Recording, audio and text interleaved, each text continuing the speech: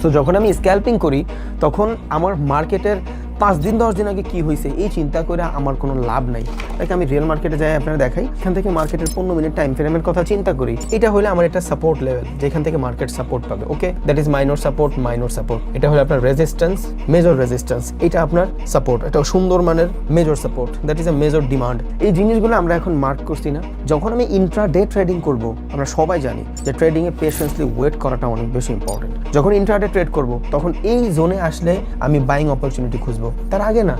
এই মাইনর সুইংয়ে কিন্তু আমি ইন্ট্রাডে ট্রেড এক্সিকিউট করবো না। আবার এইখানে দেখেন মার্কেট এইটার যদি ফল করে নিচে আসে, এবার এইখান থেকে আমি বাইং অপরচুনিটি খুঁজবো। কেন বাইং অপরচুনিটি খুঁজবো?